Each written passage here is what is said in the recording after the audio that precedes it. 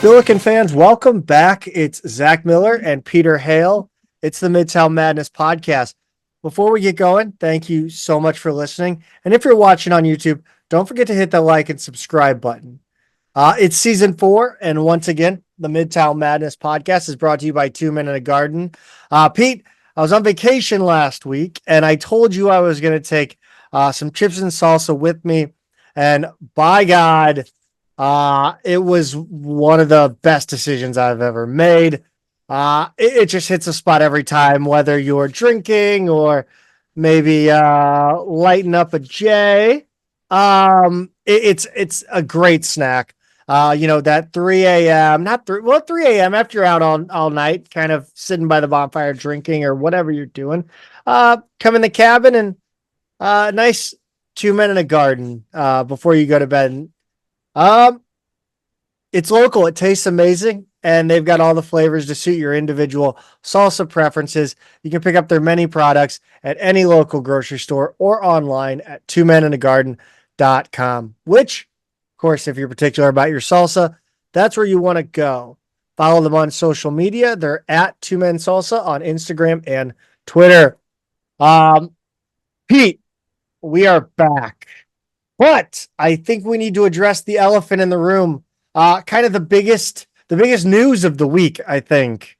And that is the gear sale, the Billiken gear sale. And I think it would be remiss if I didn't draw a line between the fact that I announced to Billiken, our listeners, Billiken fans, that I was going to be out of town this past week. And so they announced the Billiken gear sale for the first time in like 10 years, that they're going to have it this week. I don't know, man. I'm just connecting dots. So I guess my question is, do you feel that was to spite you, or do you think it was to make sure there was enough inventory for everybody else? Because we know you would be first in line and you'd have like a shopping cart, supermarket sweep style. I would have paid shoving stuff in. A quarter, the one from Aldi, the quarter. I never got it back. That's right. I spent a quarter on a cart. Yeah. I think spite. I think spite is the way to go. Okay. Although the case could be made, to even out the goodies for everybody. I think. Sure. But I mean, it sounds like you at least had coverage, right? Like you sent a representative on your behalf. Yeah, for sure.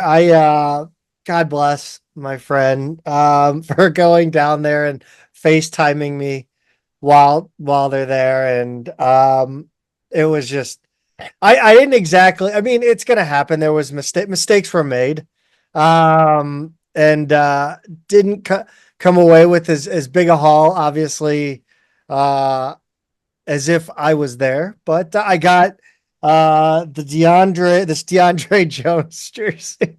That's pretty sweet. And then I got so I have 2 Tay Weaver jerseys, which I don't know what they decided here, but why he went from medium to large from one season to the next. This is the large. I have 2 larges, and the largest fit me just perfectly. The DeAndre Jones and Tay Weaver. Tay Weaver's in blue, but then the one that fits me is in blue. And then, so I'm happy in that respect, right? That I got one black, one blue. I mean, I have, a authentic white one from 2013. So, and then of course I got 2 women's jerseys. That was the mistakes were made. So that was when I noticed it at the moment, and I just kind of was like, oh, it's not, you know what? Maybe she's right. And that is, that's a men's jersey. She said it was a men's. I don't know. It's her fault. So wait, the jersey you're wearing now, that's an authentic, like actual jersey, like a game. Yeah.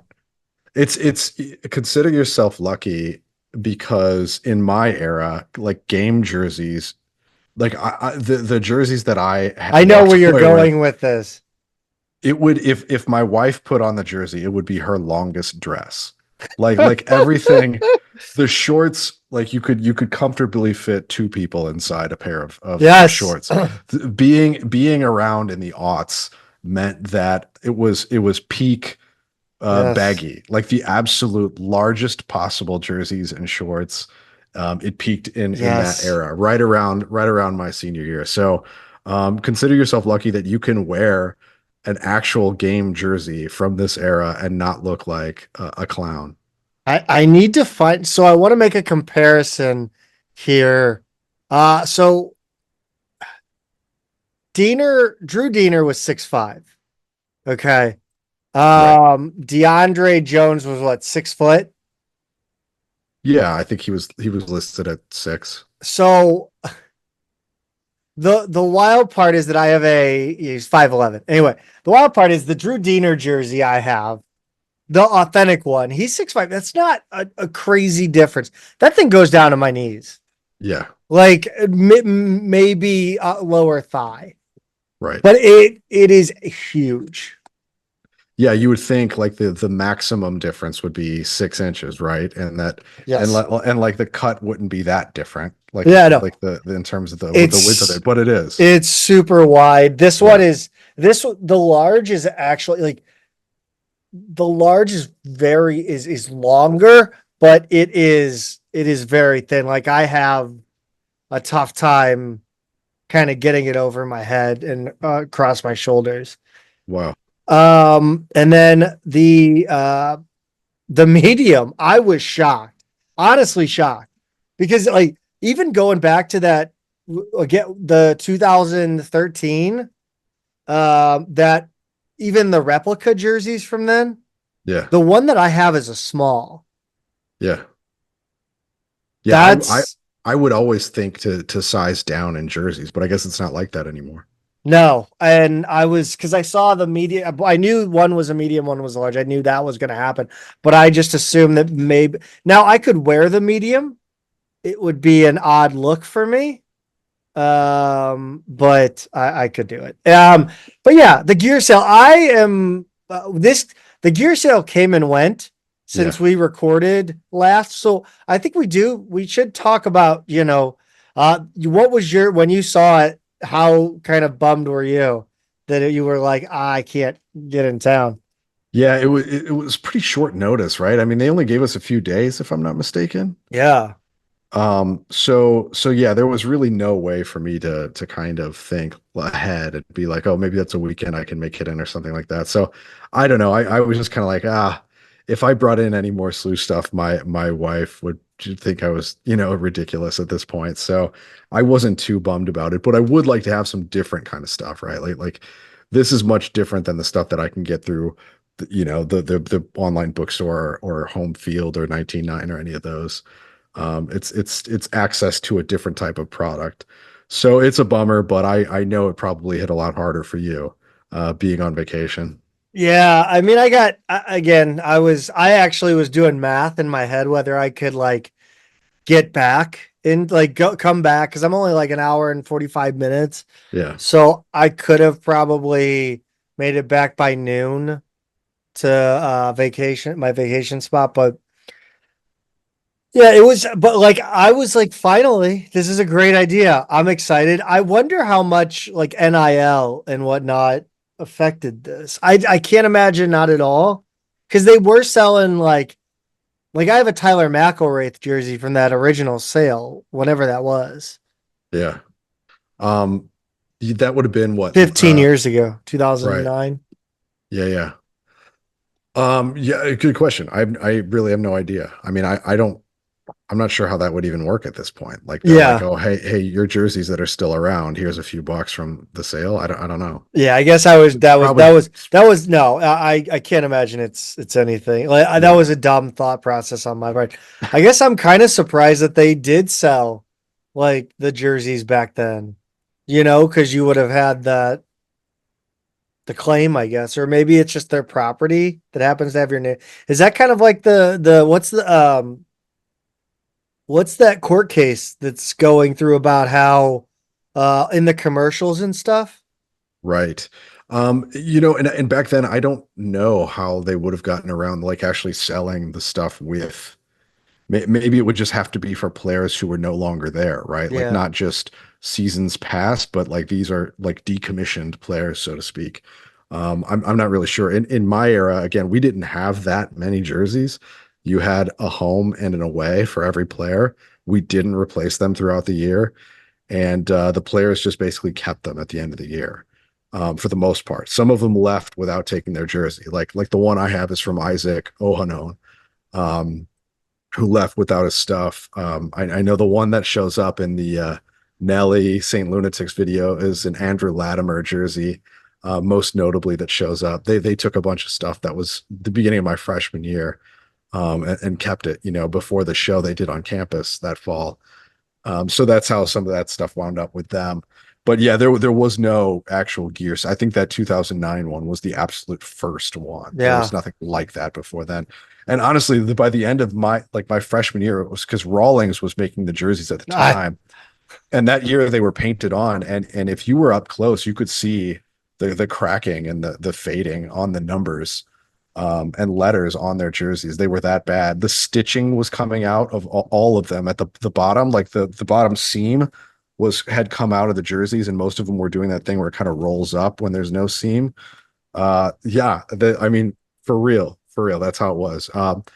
We switched to Nike my junior year. So Rawlings did a little bit better design my sophomore year, and then junior is when they actually got serious about what they were wearing. But yeah, man, it's come a long way. what in the actual, man? I know that was this millennium. What does painted on mean? Like not like what how would you describe like how the Oh, letters. like screen printed? Yeah, yeah, not like, you know what I mean, like it felt like paint, like actual, like, yes, it was screen printed on, but it was like it felt like thick paint. A bad It, screen print. I guess I don't even know. I don't think it wasn't vinyl. It was like yeah, it's just like a heavy screen print that over time would kind of crack, and you would get gaps in between the cracks. I can picture this. I just Yes. don't like it's. I have no idea where I'm missing, but I'm missing somewhere. I don't know how to Uh, describe it any better, yeah, but no. yeah, it was. What we'll have to go look up pictures and see if you can. I don't know. Yeah.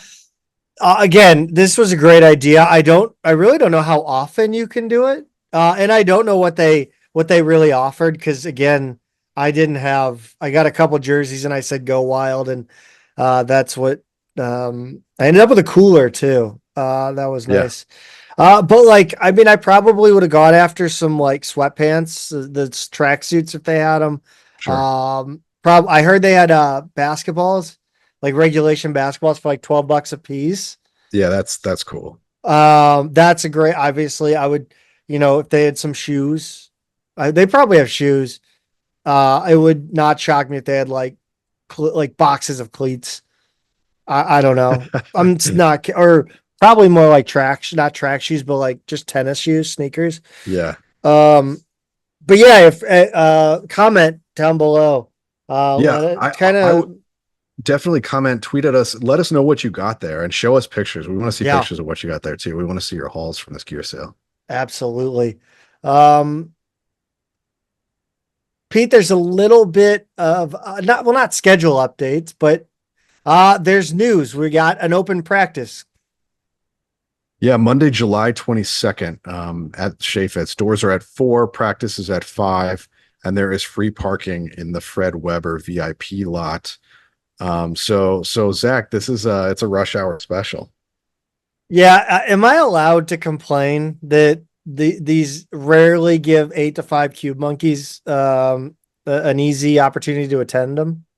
Yeah, I mean, so what's your play here? Are you gonna rush down there as soon as you get off, or? God, yeah, maybe take off early. I don't know.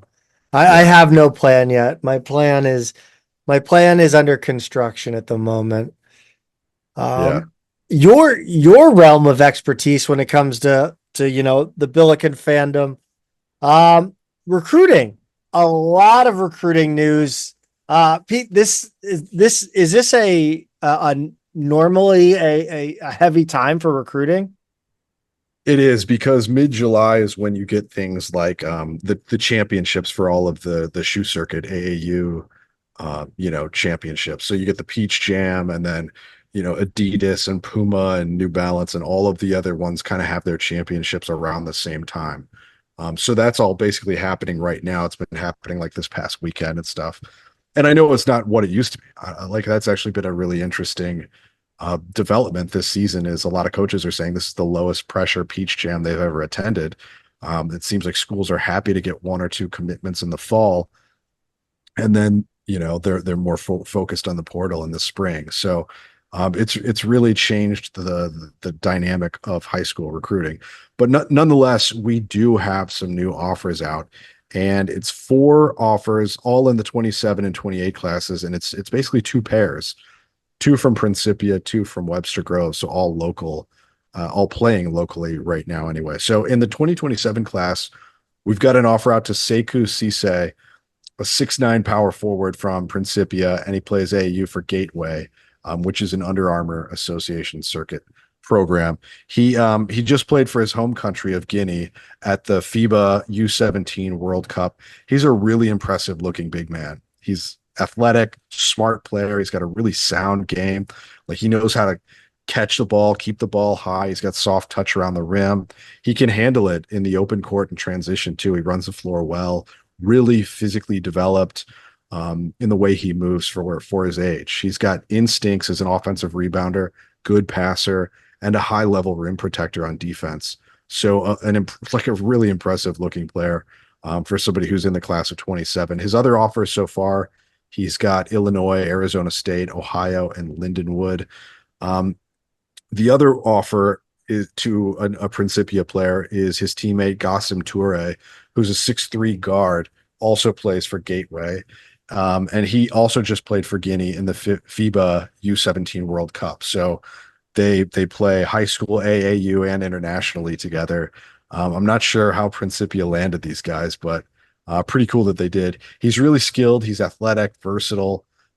He's got a big frame for a guard. He scores on three levels. And even though he kind of has an unorthodox shooting form, he can hit it pretty consistently off the dribble.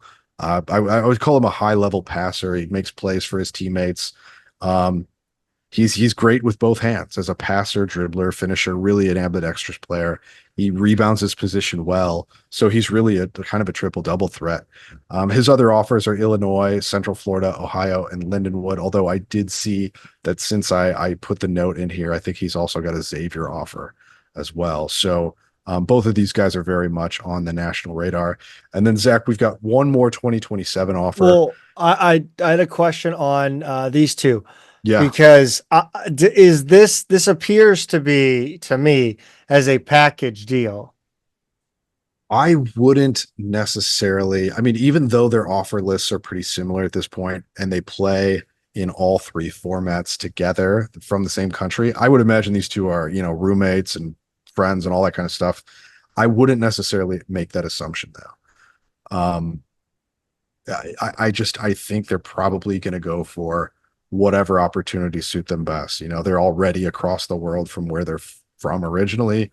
And and while it might help to be with your best friend or whatever, I don't know that that's necessarily going to be the case. At least I haven't seen it written anywhere that they would look for that. So I think we'll just kind of see how things develop at this level. They're similar level players. I think the guard actually might be a little more highly rated, but we'll see how that develops. Cool. No, you see, played high school together, played Gateway at U together, played for Guinea. Yeah. I mean, yeah, it makes sense. I'd certainly take both of them for what it's worth. And I would certainly take this other guy as well. He's a 2027 player. I was kind of shocked, honestly, that Ford's staff never offered him. His name's Scotty Atkinson, and he's a 6'3" guard from Webster Groves High School. Brad Beal Elite AAU, which, as we know, is a Nike EYBL AAU team. This guy is explosive. He's skilled. He's a left-handed guard with really natural scoring ability. He's hard to stop in the lane, attacks the rim hard. He's a really creative finisher over bigger defenders. Got a really quick release on his jumper. He can pretty much hit from anywhere off the dribble. smart, crafty playmaker. He's got strong passing and ball handling skills. And he's a really competitive and energetic player. I think he's a legit 5-star prospect. He might not end up like a top 25 player in the class, but he certainly has the toolkit to do that. And at this point, looks like one of the better players in the class of 2027. So, like I said, I can't believe Ford didn't offer, but we've offered now. And his other ones are Illinois, Mizzou, West Virginia, SEMO, and Lindenwood. I think it's really in the next year that he's going to blow up to a more national level in terms of his offers for sure. I miss when it was called the St. Louis Eagles. Yeah, I know. I I do I too. don't like it's just not as fun. No, and it's pretty common, like there are a lot of MPJ. yeah, and team CP3 and there's a team Curry out in North Carolina and on and on. Team Thad, A Tim Curry out in North Carolina. team Dur No, A if Tim Curry. he honestly that would be the coolest thing ever if he had an AAU program. Team Durant is another one, but yeah, so that's pretty common. But I'm like you, I kind of a little nostalgia for the Eagles. Oh yeah. So the last one, Zach, is a 2028 player. So he hasn't even played high school ball yet, but he's going to play at Webster Groves as well. So two pairs of teammates here. And he's originally from Wright City, Missouri, but apparently moved to Webster Groves. Miles Simpson, he's a 6'4" point guard, also plays for Brad Beal Elite, the formerly known as the St. Louis Eagles. He's a really athletic, competitive, talented young point guard. He's got great positional size for his age, super quick with the ball in his hands, speedy in the open court. He's lethal in transition. He uses his length to get around defenders with kind of limited dribbles. So he's smart that way. And he can knock down shots off the dribble as well. Really good passer and playmaker. He finishes above the rim. I saw scouts saying that he's ambidextrous as a finisher, but in the videos that I've watched, he looks like he's always going to try to use his right hand if he can. But we're also talking about a guy who hasn't even played high school ball yet, and there's plenty of time to develop your offhand. Because he's so long already as a guard, he's also actually a pretty good shot blocker on defense. So kind of an interesting player to watch on that end as well. SLU's his first offer, but I've seen him ranked in the top 5 nationally by multiple services. So it's safe to say he's going to have a pretty competitive recruitment pretty soon here.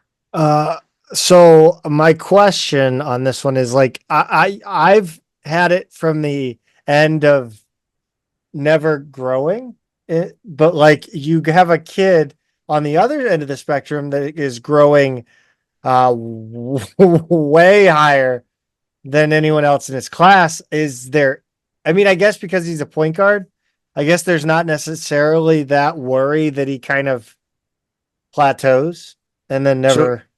yeah, so there's a lot. I mean, with a prospect like this, you go, well, if he keeps growing, does he kind of become one of these like 6'7" to 6'9" Jokic. kids who can kind of do anything. Yeah. Who can play a point guard if you want somebody who's a big point guard, like a Magic Johnson size point guard, or is he just going to be kind of a wing with more of a guard skill set?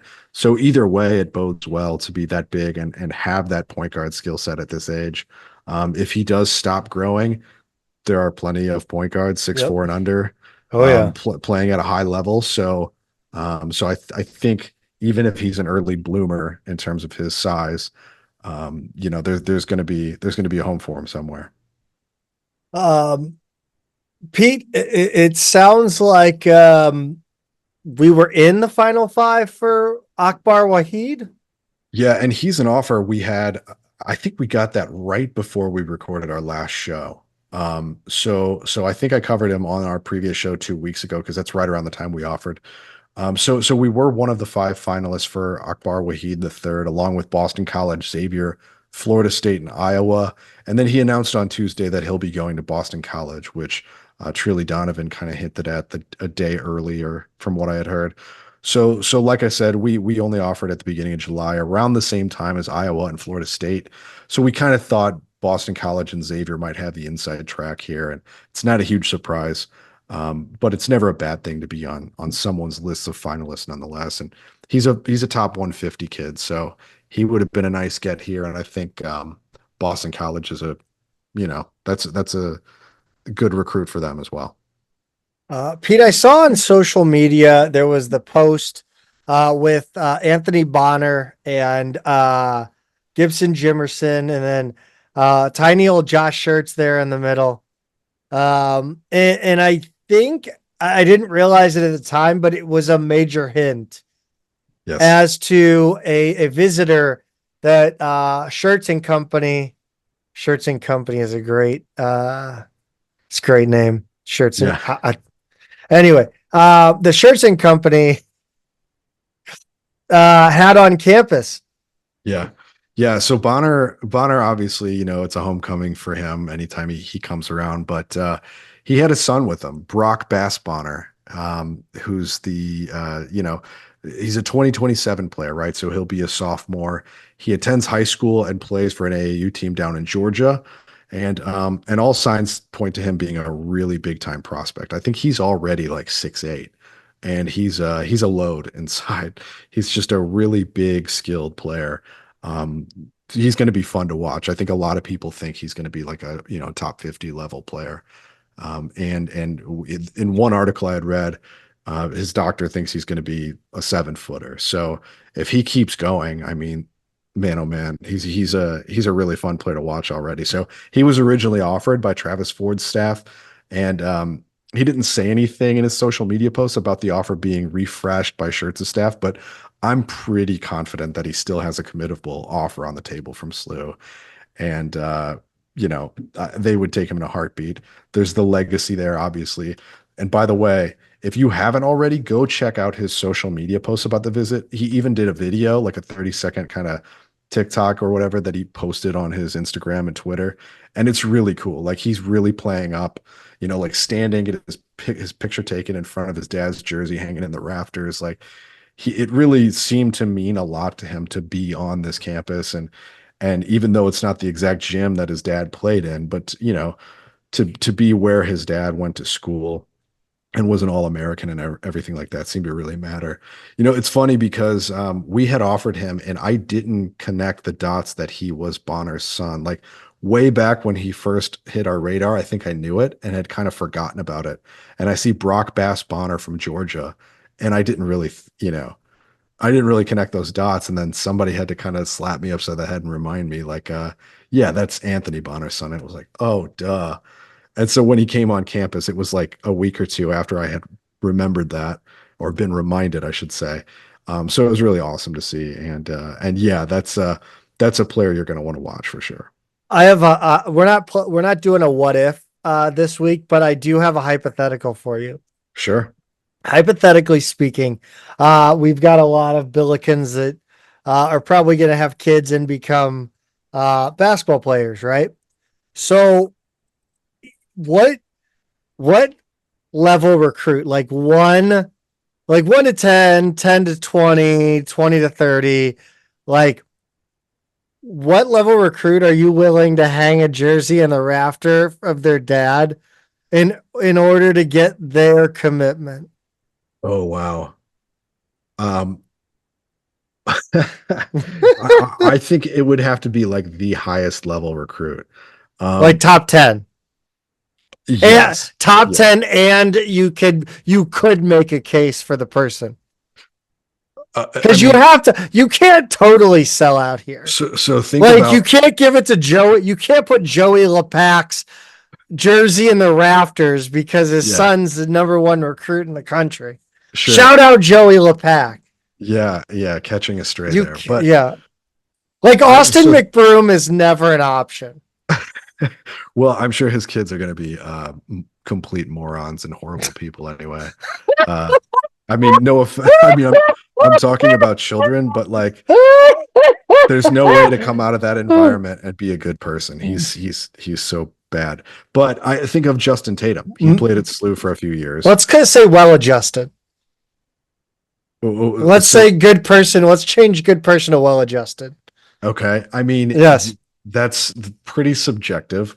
But that isn't that an example though? Like Jason Tatum coming along? Like, I think it would be kind of absurd, and I don't think it's the kind of thing that would have swayed Jason or that he would have demanded. No. You know what I mean? To see his dad's jersey, especially because, like, Like, I his think dad, this has to be one of those things where it's not a demand. You just have to do it because you believe that you're it going the extra may. mile. Yes. So I think the thing with Tatum, in addition to, well, the So, issue, and I don't mean, I don't want to tell tales out of school, so but I have a follow-up question now that we've gotten to the idea that yeah, it has to be the top recruit. okay. And that What's your is like who like like how good of a Billiken could you sell that? So like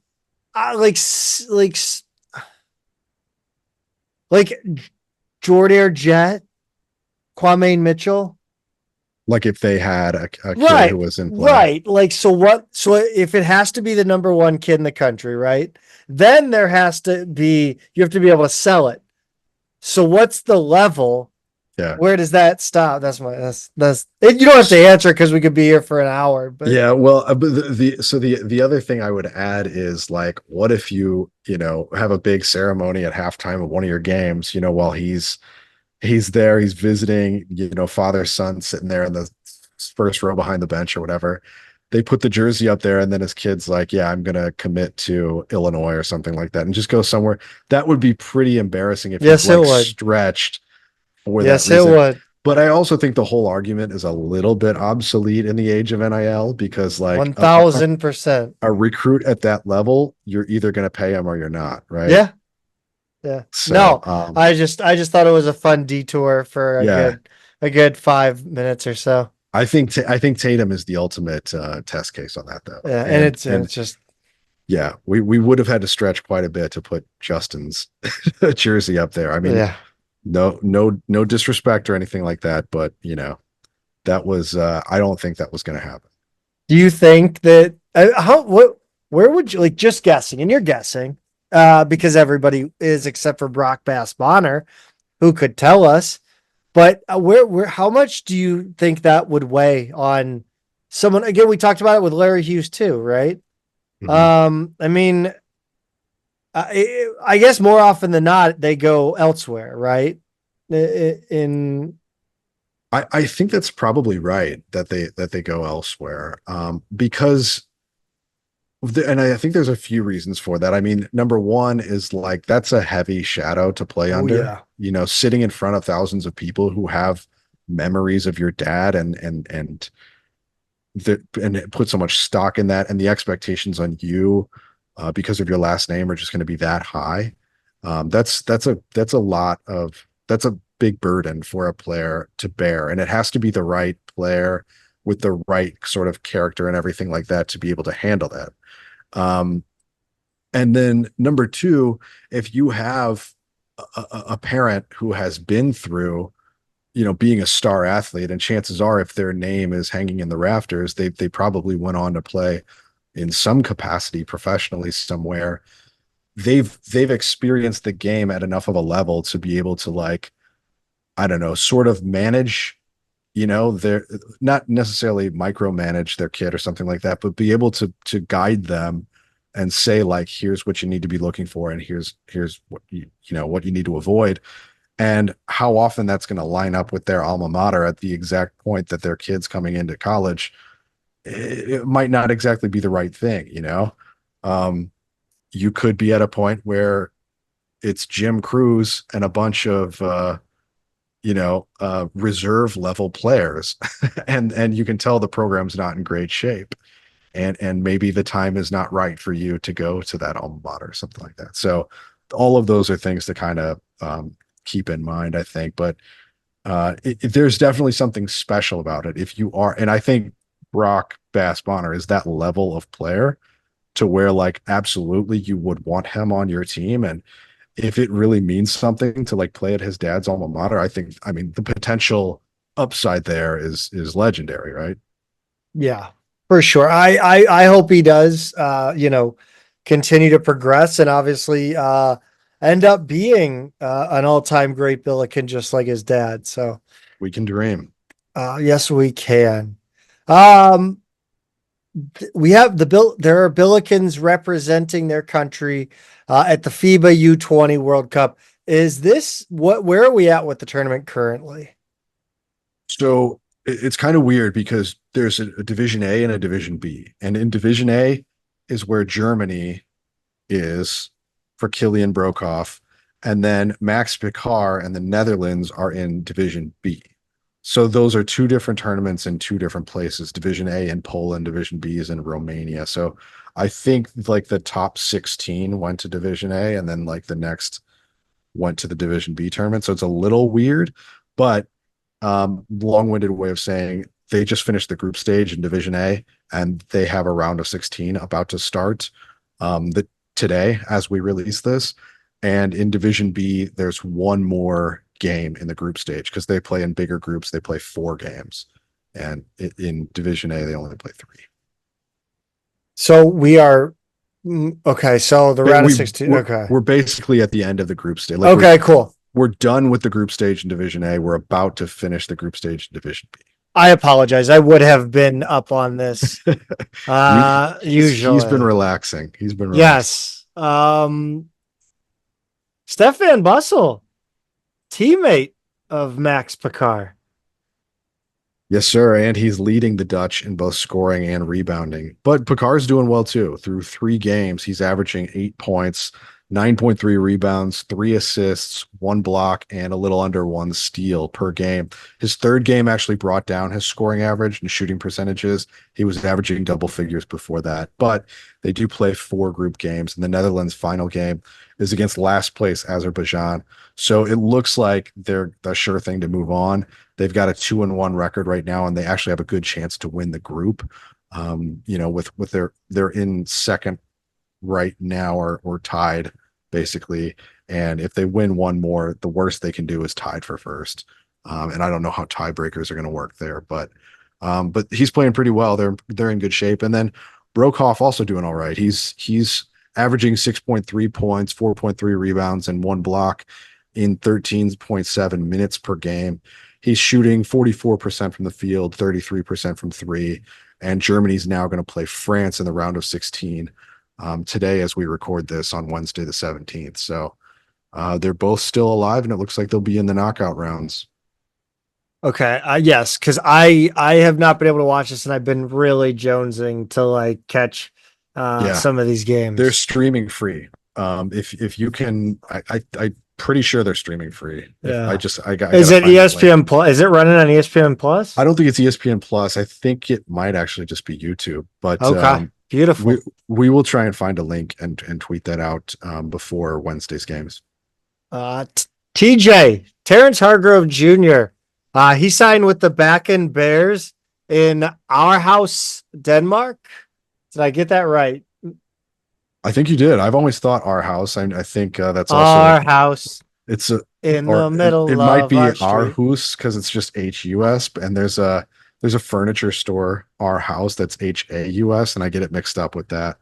But yes, that's where he is going to begin his pro basketball journey, Zach. And they're actually the top team in Denmark's pro league, where they've won the last 7 championships and 13 of the last 16 titles. In April, they won the ENBL, which is the European North Basketball League, which takes 16 teams from 12 different countries. They divide them into 2 groups of 8, and the top 4 from each group make a playoff. So they won that as well. And then Bakken has also played in the Champions League and the FIBA Europe Cup. So the Danish league is not a top league in Europe, but if you're the top team in that, you go on to play other European competitions. So if he sticks with them for a while, he's going to play some pretty high level European teams. You know what else is high level, Pete? The ingredients over there, 2 men in a garden. Yeah. Yeah, Zach, you're not kidding. And I'm coming down to my last jar and a half here or so from my last order.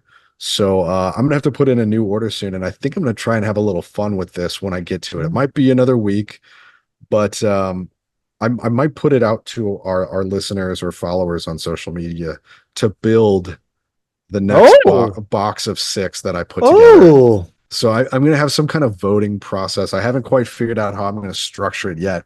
But basically, if you're listening to this, I want you to put together my next order.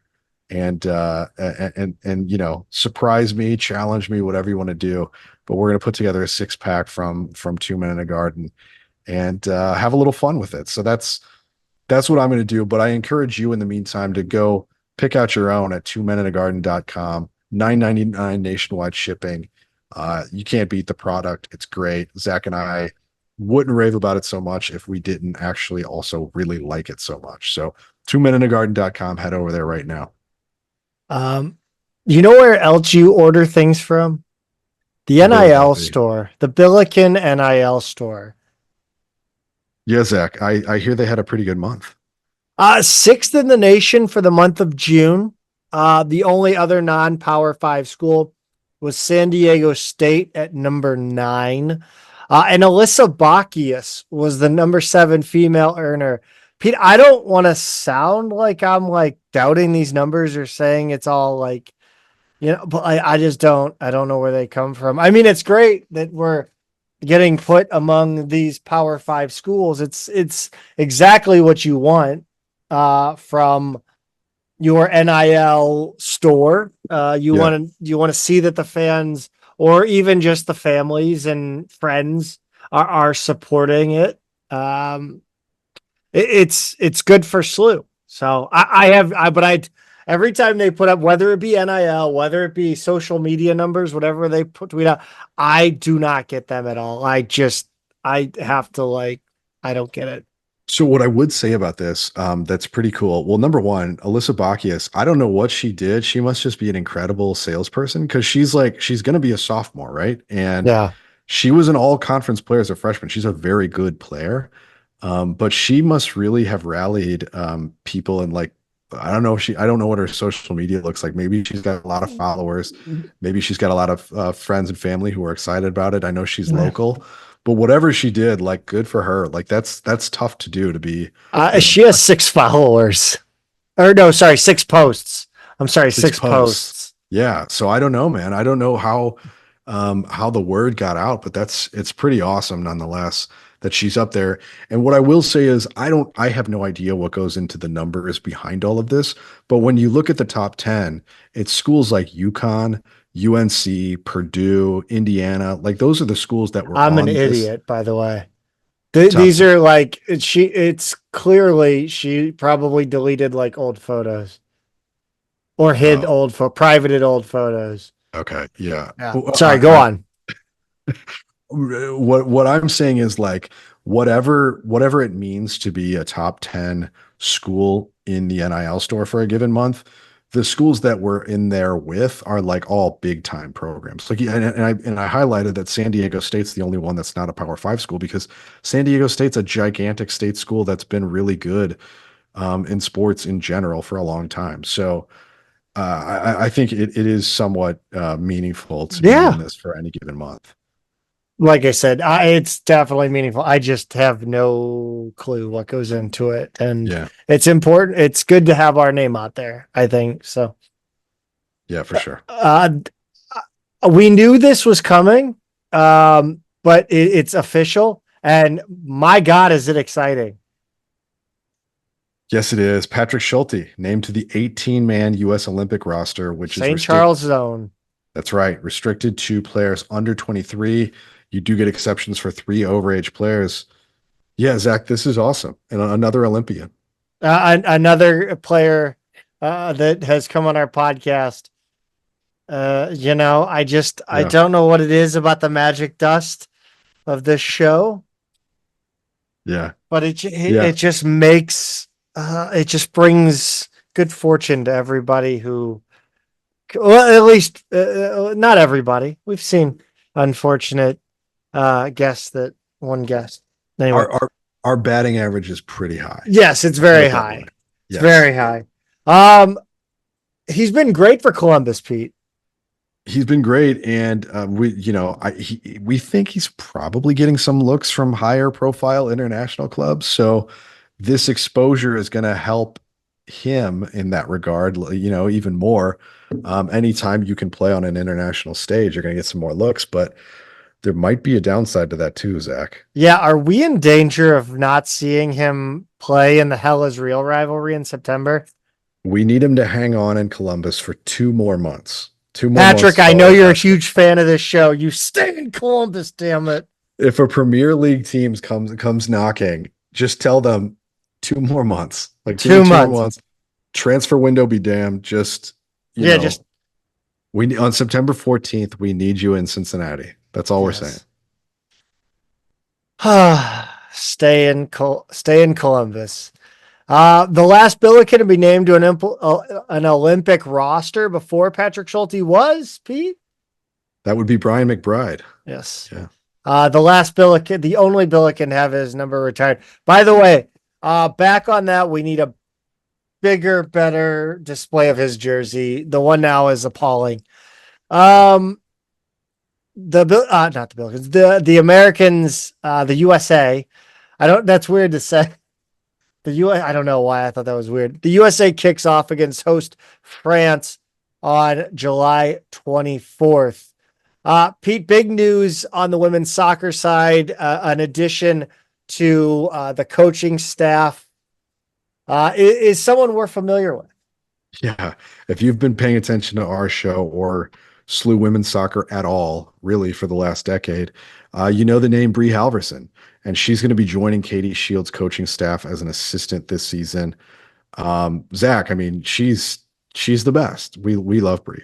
Yes, she's awesome. The energy, the exuberance, the passion. Cultural fit. We know that. We know that. Yeah. There's no Yeah, for sure. question. I mean, she's a legend. She played 6 years at SLU. She's second all time in games played and starts, four-time all conference honoree.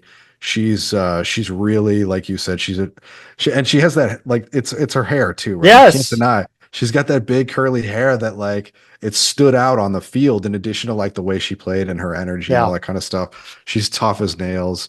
I think she's going to be great. According to LinkedIn, she most recently served as the girls program director for the St. Louis Star Soccer Club. She was also a part-time coach with Scott Gallagher before that. And then she was also an assistant at Rockwood Summit High School this past season.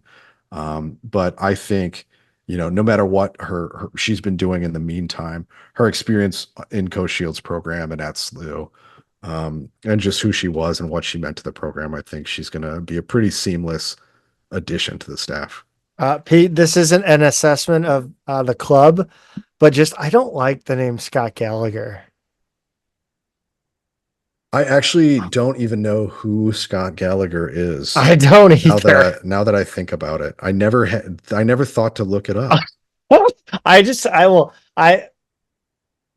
As a joke, I was going to say it looks like the guy on the horse that used to be in the crest. I thought that might have been him, but that's clearly St. Louis. Yeah, I don't know who Scott Gallagher was, but like, I wish they would like, they should do the opposite of the Brad Beal Elite Yes, and just and go really way more generic. sure, like get rid of the name. Yeah. Yeah, I was hoping Wikipedia would help me out, but it just talks about the 2007 merger between St. Louis St. Louis Soccer Soccer Club, Club and Scott Bush. Gallagher. Yeah, right. Yeah. It's weird that Scott Gallagher is the name that won out, but I don't know. I at some point I will figure out who Scott Gallagher is, but Yeah. We'll figure that out and report back. even their website I doesn't mean, give us that. he's not even a notable graduate of the Scott Gallagher Soccer Club. Like, how do all of these guys get talked about and he doesn't? Yeah, I don't. Also shout out Billiken Chad Vandegrift for being listed on this. Yeah, Anyway, back another side. So this is summer. This is summer Midtown Madness. The madness stands for actual chaos. yes, Elise Lee. The Billikens are adding graduate transfer Elise Lee. She is from Xavier. She started 63 of her 65 career games at Xavier, Pete. yeah. Pretty interesting that we got a grad transfer from a school that we've played recently a couple times. So she's already played SLU. She's very familiar, and we're gonna play there 2 days before the Hell is Real. Matchup on this will be September 12th, that Thursday, I think this game is. So So she's going to go back to her old school and play there. I mean, it's late in the cycle to hear about this, I think. It's July 16th and they're going to be playing a month from now. So pretty crazy, but also pretty cool. I mean, if she started 63 of 65 games at Xavier, then she's like a real deal player because that's a very good program. I wonder how much of these, I wonder if there are a lot of these players that kind of graduate, they're kind of hanging around, they're playing a little bit, and a power program, or not a power, well, a high quality program calls them up and goes, "Hey, what are you doing? You got a Yeah. job yet?" And then Yeah, for real. you're just like, "Okay, I'll come play." It's interesting. Uh it seems like she is I just Googled her to find her Xavier bio, and according to LinkedIn, she's LinkedIn.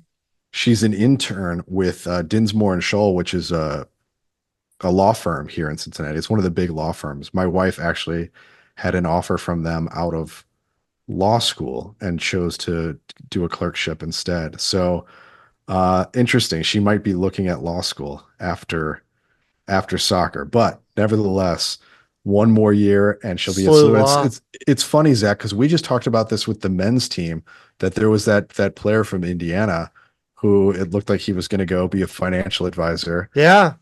and they got and just like basically the scenario you I said, they guess said, maybe I was thinking about that scenario. I don't know. yeah, no. So this looks like it could very well be another one of those examples. Maybe we should have her on and ask her how this all happened or something like that. We should definitely do that. Yeah. Um uh women's basketball. Speaking of news, we found out late in the cycle. Yeah, Stu gave us a lot more color about the Brooke Flowers story, and playing in Australia.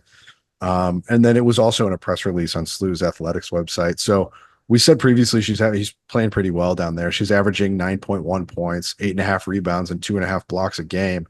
Um, for the Manly Warringah Sea Eagles, which is an Australian NBL One East team in New South Wales.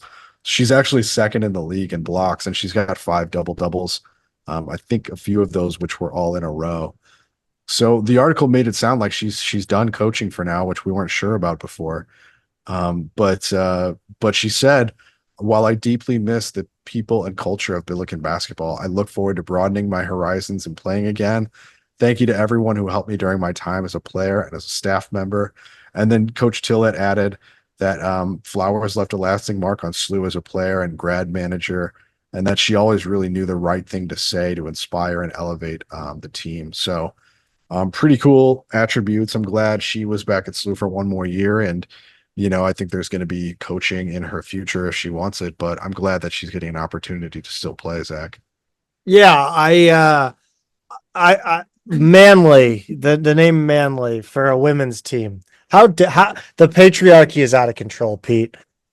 Yeah, I say yeah, but it's ridiculous on its face. I meant to look up where that name comes from, just like Scott Gallagher, and I'm I assuming forgot. uh it's a combination of two places.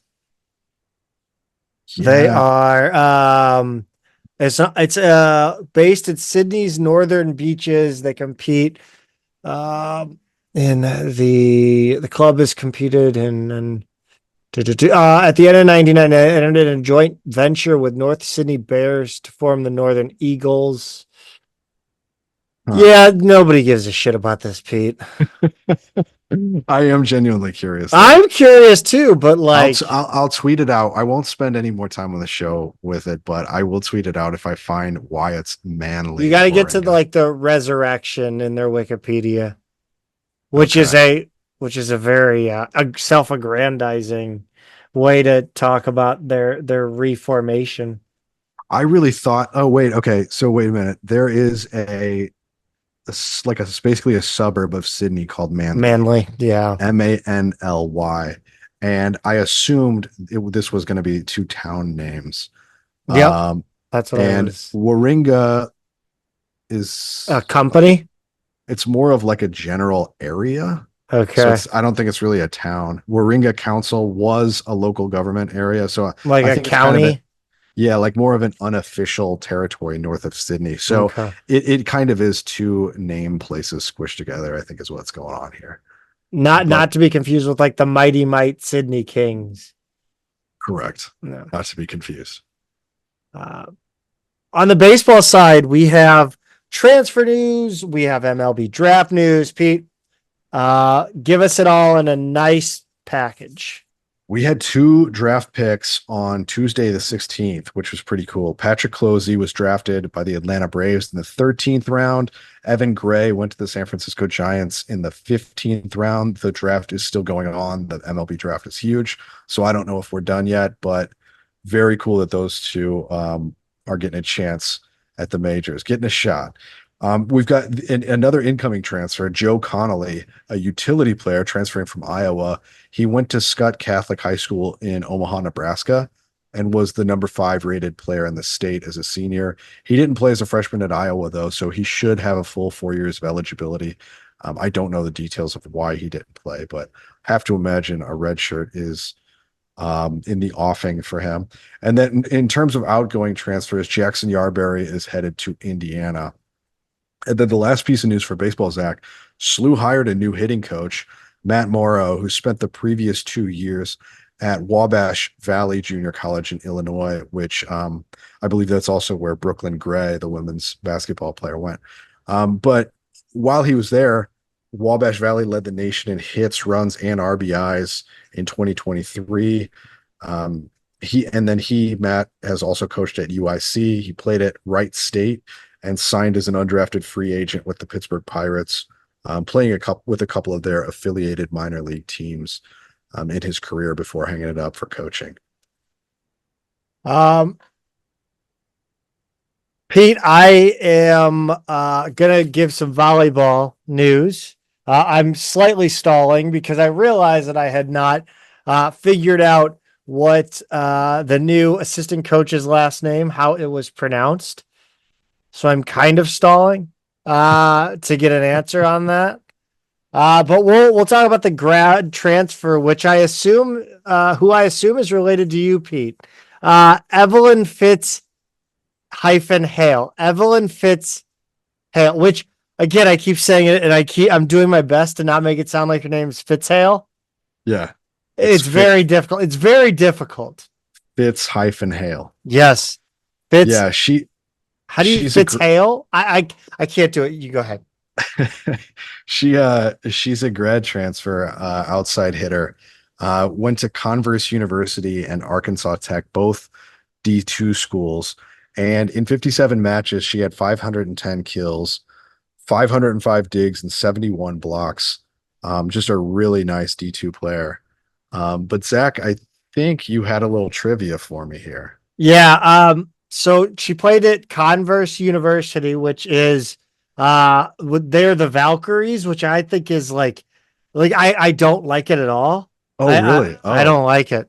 I just don't think it doesn't like, it's a very weird word. It's the word. I don't care what it stands for. I just don't like the way it sounds. Okay. That's me. I like it. Okay, fair enough. Is that like the first time we've ever sat here and been like, no, you're wrong? Probably not. No, well, not verbally, but Oh yeah, no, yeah. Oh yeah, no. Yeah. I spend most of the show doing that. So does everybody who listens to us, Pete. But yeah, so Arkansas Tech. Do you know what the nicknames are? What their nickname is? Sorry. I feel like I should because their men's basketball staff is pretty aggressive on Twitter about following recruits, even guys that are going D1 level. So a lot of our recruits, either whether we've offered or just kind of interested in them, it seems like a lot of them are being followed on social media by Arkansas Tech. And I always notice that, and I always have that, Arkansas Tech. So I don't think of them as another interested school because they're lower division. But it's a long way of saying, no, I do not know what their nickname is. So they are another school like Central Arkansas. Oh, yeah. That have different names. Well, actually, they're even further out there because they have two full different names. So like they have the like Really? yeah. So it's not even like the Rainbow Wahine and the Rainbow Warriors.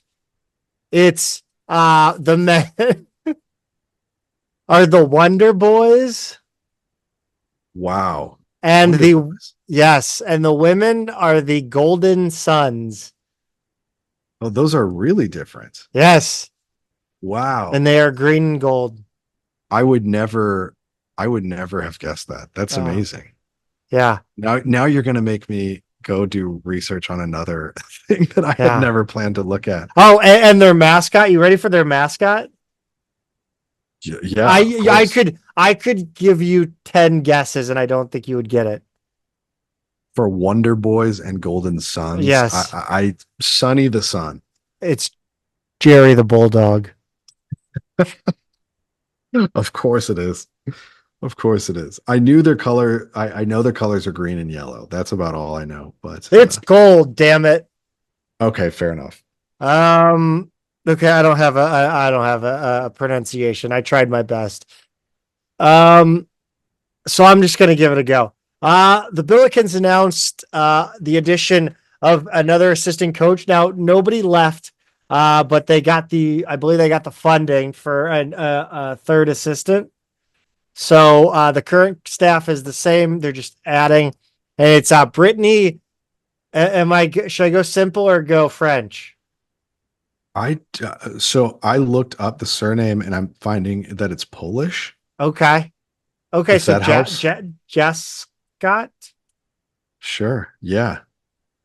Okay. Jaskot. Yes. Brittany Jascott was added to the staff as an assistant coach. She comes to SLU from Fairleigh Dickinson, where she started as a grad assistant before a brief stint at Rutgers, then returning to Fairleigh Dickinson.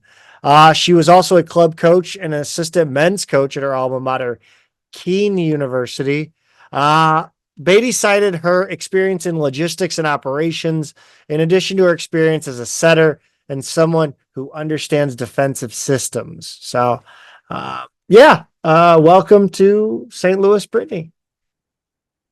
Yeah. Nice addition to the staff. What's going on with field hockey in a good way this time?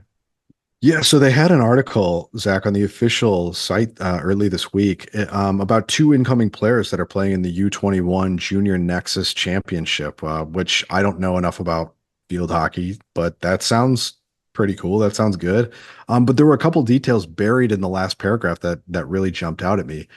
Basically, SLU's field hockey team starts practice on August 9th and will play the season opener on August 30th at the new on-campus facility. Buried in an article with a headline that had nothing to do with that. No, boo!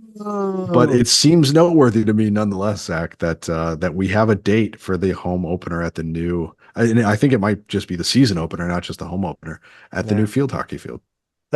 I can't wait. If it is not a work day and not during the day, I will be there. That's my promise. Nice. Pete, that's going to do it. I hope that we provided a long enough episode of content. I didn't pay attention to the time. Thank you all again for listening. Don't forget to like, subscribe, rate, comment. As always, Pete, go Bills. Go Bills.